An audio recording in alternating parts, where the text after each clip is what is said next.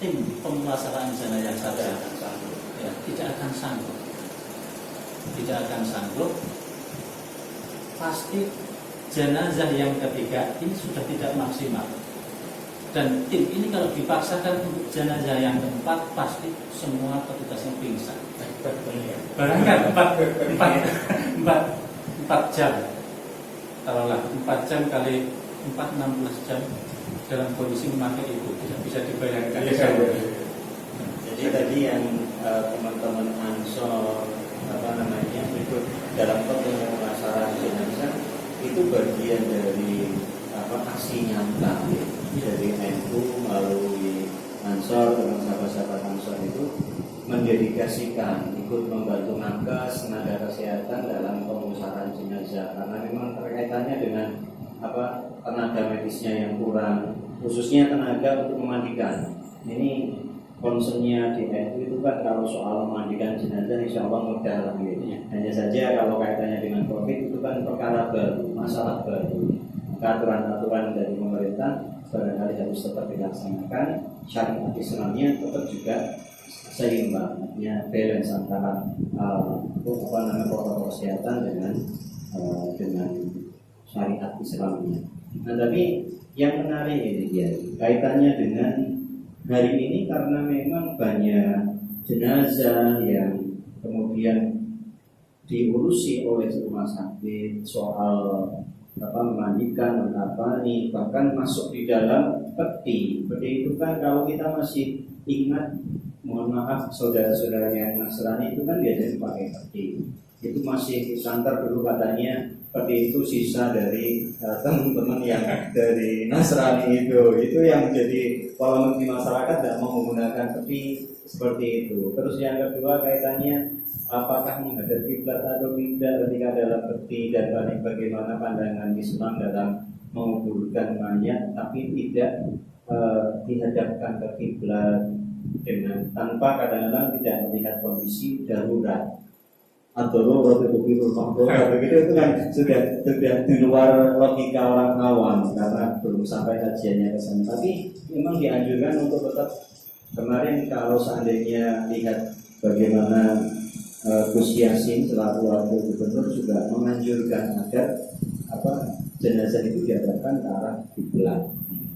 Nah yang terakhir ya, ada fenomena baru soal menyolatkan ini karena ini sudah banyak di masyarakat ini menyolatkan jenazah tidak di masjid sekarang, bahkan tidak disolati, bahkan kemudian menyolatkannya di tengah jalan, di ambulan ditaruh di jalan. Bagaimana hukumnya, bagaimana kita menyikapi fenomena baru ini sebagai satu hasanah baru atau mungkin di dalam Islam memang sudah diatur sedemikian rupa, tidak baru, mungkin belum tahu. Masyarakat ini yang perlu mungkin dapat kejelasan dari Kiai kaitannya dengan menyolatkan jenazah COVID yang ada di ambulan, bahkan ambulannya tidak dibuka. Kalau di masjid itu kan kalau tidak salah satu sahnya sholat itu kan harus ada usul, ada sambungnya, itisal gitu kan. Nah kalau jenazahnya dalam ambulan tidak dibuka sama sekali pintunya, itu kan berarti tidak ada sambungannya, pintunya tidak ada. Apakah ini juga sah? Ini masyarakat umum kan juga melihatnya apakah itu sah? Apalagi kemudian sholatnya di jalan, kaifiahnya seperti apa? Ada yang pakai sepatu, madhabnya apa? ini yang barangkali perlu sedikit penjelasan dari Kiai barangkali. Iya. Sebelum itu saya akan menyampaikan terima kasih sekali kepada Gus Yassin. Alhamdulillah kita punya wakil gubernur santri, sehingga ketika ada hal-hal yang berkaitan dengan urusan syariat agama, maka ada santri yang bisa memperjuangkan dengan otoritas jabatan dengan pemerintahan, termasuk di Jawa Tengah ini. Setelah kasus itu muncul, maka Gus Yassin langsung begitu cepat mengambil sikap, menginstruksikan kepada kepada rumah sakit untuk dalam pemulasaraan jenazah harus sesuai syariat dimandikan. Keluarga diperkenankan untuk mengikuti proses memandikan, tentu dengan catatan harus bersedia menggunakan APD. Ya, menggunakan APD. Kita harus berterima kasih kepada Gus Yasin karena kebijakan beliau sangat mendukung pelaksanaan syariat itu. Karena apa? Mbak Rois sendiri mengatakan syariat itu kalau tidak dilaksanakan, taruhlah itu fardu kifayah kan. Kalau tidak dilaksanakan kan semua orang jadi berdosa se Indonesia. Ketika ada syariat yang tidak dilaksanakan, maka pandemi ini akan justru menjadi berlarut-larut karena ujian kita ini belum sukses, belum lulus. Maka harus syariat itu harus dijalankan. Al-Quran sendiri sudah jelas pemalam ya, bagaimana misalnya faulaika kan ada beberapa. Yang kedua, persoalan beberapa yang muncul di medsos seperti yang digunakan untuk XX itu saya dalam kapasitas saya tidak berani komentar. Tentu kalau memang khusus standar tentunya mestinya biar rumah sakit menggunakan seperti yang baru bukan. Meskipun seperti itu para penjual seperti itu mereka tentu menjual seperti itu kan menyediakan non muslim kan demikian karena tradisi pemulasaraan jenazah, pengumpulan jenazah di Islam kan tidak pakai kecuali dalam kondisi-kondisi tertentu dengan mengatakan darurat. Kemudian ditemukan ada jenazah dalam keadaan terlentang. Kemarin LKNU ketika di Alikon itu menampilkan video pemulasaraan jenazah di rumah sakit. Dan alhamdulillah desain sepertinya itu sudah desain Islam. Ada penyangganya, ada penyangganya, kanan depan belakang ada penyangganya. Kemudian kalau di tanah itu ada gelonya, penyangga kepalanya juga ada, itu komplit juga.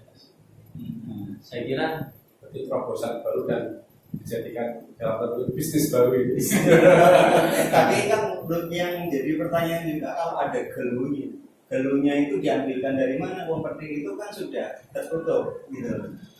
Tertutup itu kan sudah tutup dari sejak di rumah sakit. Gelunya itu ambilnya dari mana? Itu tentu tidak bisa mengambil tanah yang di sana. Otomatis ya itu penyangga tak saya tidak bantal atau bahasa apa. Yang jelas posisi jenazah itu dalam keadaan mustaqilan kiblat, menghadap kiblat lalu miring dan kepalanya juga ada penyangganya. Kemudian kemarin dalam video SOP di rumah sakit tentang pemulasaraan jenazah itu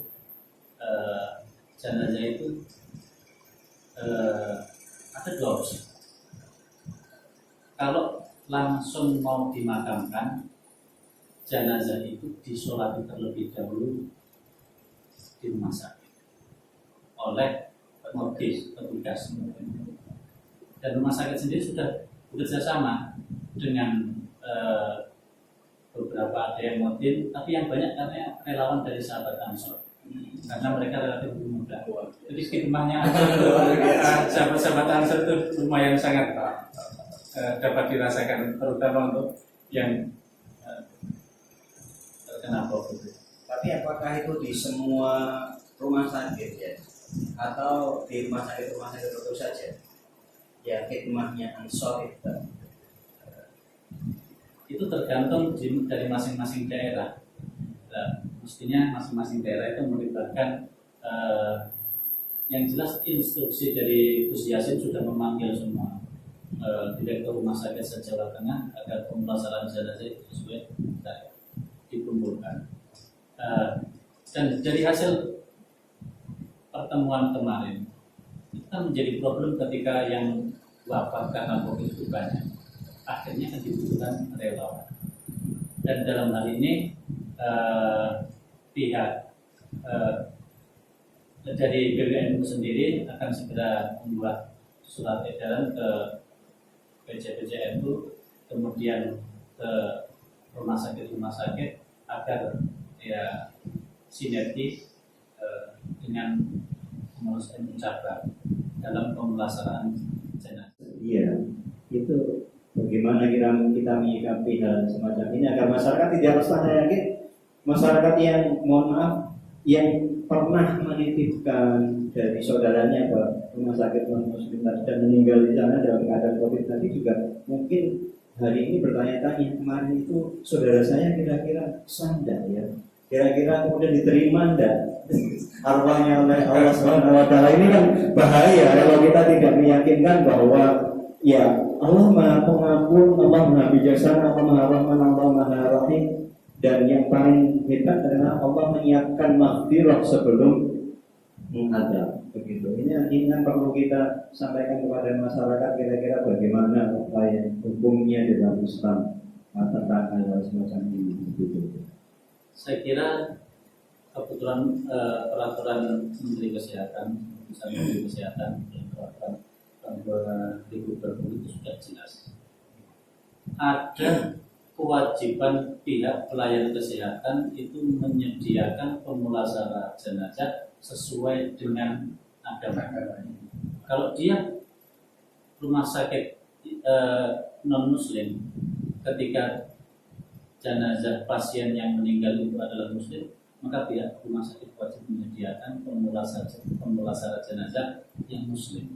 Itu aturannya jelas. Selesai berarti. Ya, kalau yang selesai. di rumah sakit non Muslim berarti sudah ada petugasnya yang Muslim juga. Iya, sudah ada. Kemudian ada hak dari pasien untuk menuntut itu. Nah, bisa aturannya jelas dari pihak pasien bisa menuntut itu karena itu hak mereka agar keluarganya yang meninggal positif COVID harus pemulasaraannya sesuai dengan syariat Islam. Itulah saya kira sudah jelas aturan dari Menteri Kesehatan. Ya, terima kasih ya. Dan terakhir kemudian kaitannya dengan pandemi agar berakhir, ikhtiarnya pemerintah itu kan mengusahakan agar masyarakat mengkonsumsi vaksin seperti dulu ketika malaria. Pemerintah mengusahakan obat untuk anti malaria.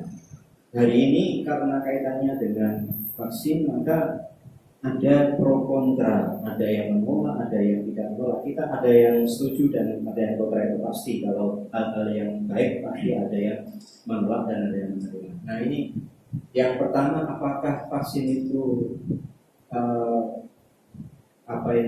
solusi alternatif paling bagus untuk kita konsumsi sebagai pendapatnya dalam Islam itu masih apakah harus melihat halal haramnya? Ini kan yang polemik di masyarakat itu ya, kalau vaksinnya dari Cina pasti mengandung babi. MUI sudah menjelaskan bahwa kaitannya halal haramnya itu halal. Bahkan dalam makalah dan beberapa rujukan tentang hukum untuk mendapatkan obat dalam kondisi kita sakit, kondisinya darurat, yang halal, yang haram sekalipun barangkali itu bisa jadi halal gitu. Bagaimana dulu penyakit kusta yang tidak ada obatnya, lantas kemudian Rasulullah kemudian mengisyaratkan dengan meminum kencingnya unta dan lain sebagainya. Itu kan jadi solusi alternatif yang kemudian tidak dilarang dalam Islam karena itu darurat. Ini kira-kira kalau menyikapi vaksin, apakah kalau seandainya vaksin itu pun haram juga diperbolehkan atau bagaimana? Atau ada pandangan-pandangan yang lain yang kira-kira perlu kita ketahui ya? Ini pertanyaan yang paling berat ini karena Tentu bukan kapasitas saya, karena saya bukan ahli medis maupun tenaga medis, juga saya ngobrol di sini juga tidak mewakili secara kelembagaan. Tentu pro kontra itu kan yang panjenengan sampaikan tentu pasti ada. Apalagi pihak-pihak yang punya masa lalu politik dengan Masih pemerintah belum selesai. itu sulit untuk yang jelas saya dari Surya, kita secara kelembagaan karena ada yang lebih tinggi untuk vaksin ini, PBNU Jawa Tengah masih menunggu fatwa dari PBNU. Walaupun toh MUI sudah memberikan fatwa bahwasanya vaksin itu suci dan halal dalam surat edarannya. Tapi karena PBNU belum memberikan fatwa ya, PBNU tetap menunggu fatwa dari PBNU. Ya, karena bagaimanapun juga tentu mungkin PP tidak akan juga vaksin sebelum diluncurkan ke masyarakat itu mungkin harus melalui serangkaian proses uji dan lain sebagainya yang sampai pada akhirnya dipastikan boleh digunakan untuk benar-benar aman. Tentu pemerintah punya tanggung jawab untuk menjaga kesehatan rakyat. Kita sebagai ada kawan, sebagai orang-orang yang berkecimpung di bidang keagamaan dan organisasi keagamaan, tentu juga itu nafsu itu sangat termasuk maqasid syariah ya, itu maqasid syariah itu mungkin dan sebagainya. Saya kira beliau Pak Surya sudah jelas. Kalau memang benar-benar satu kehalalannya sudah misalnya, kemudian efektivitasnya itu juga sudah teruji dan semuanya sudah melalui tahapan itu dan disetujui dan direkomendasikan oleh PBNU, saya kira PBNU akan mendukung program vaksin itu. Tetapi ya untuk saat ini memang masih menunggu, dan karena masih banyak ini kan baru akan ya ada yang sudah ya bertahap ya bertahap. Ini akan akan ada kesehatan dulu, pemerintah dari ekonomi, nakes, kemudian public service, dan kemudian itu ya mungkin BWN akan menunggu itu sambil menunggu dari pengurus besar Nahdlatul Ulama bagaimana sikapnya. Secara kelembagaan tentu kita harus menilai itu sikap BWN. Saya kira itu. Jadi berarti sudah jelas semuanya tadi dijelaskan oleh Kiai Magdur, dan juga kita diskusikan bahwa pemulasaraan jenazah ini kalau boleh saya simpulkan sesuai dengan syariat Islamnya. Dan tadi teman-teman Ansor juga sudah ada yang sempat riset juga, ternyata tidak terjadi apa-apa setelah memandikan.